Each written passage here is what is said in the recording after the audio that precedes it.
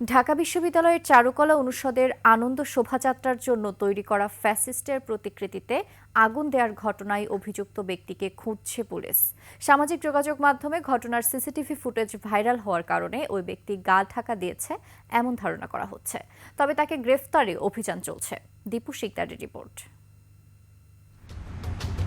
পহেলা বৈশাখের দুদিন আগে ভোরে এক ব্যক্তিকে চারুকলার দেয়াল টপকে ভেতরে ঢোকার দৃশ্যটি ধরা পড়ে সেখানকার সিসিটিভি ক্যামেরায়।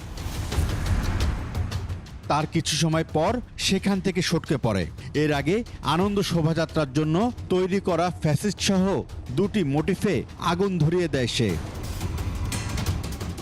সিসিটিভি ফুটেজ বিশ্লেষণ করে বিশ্ববিদ্যালয়ের শিক্ষার্থী আর শিক্ষকরা সিল্কোর সিল্ক অ্যান্ড শাইন, যাতে আছে আর্গান অয়েল ও ওট প্রোটিনের গুডনেস, যা আপনার চুলকে রাখে হেলদি অ্যান্ড শাইনিং। ওই ব্যক্তিকে আরবি 2021-22 বর্ষের শিক্ষার্থী বলে শনাক্ত করেছেন। তারা দাবি করেন আগুন দেয়া ব্যক্তি নিষিদ্ধ ছাত্রলীগের রাজনীতির সঙ্গে জড়িত।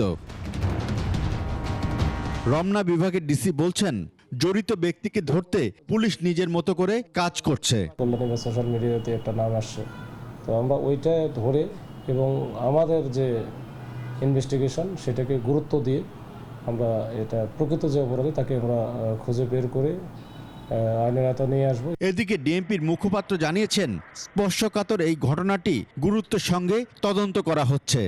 এটার প্রকৃত রহস্য উদ্ঘাটনের জন্য আমাদের একাধিক টিম কাজ করছে। আশা করি খুব শীঘ্রই এই ঘটনার প্রকৃত রহস্য উন্মোচন করা সম্ভব হবে। সিসিটিভি ফুটেজটি ভাইরাল হওয়ায় অপরাধী গা ঢাকা দিতে পারে বলে ধারণা পুলিশের।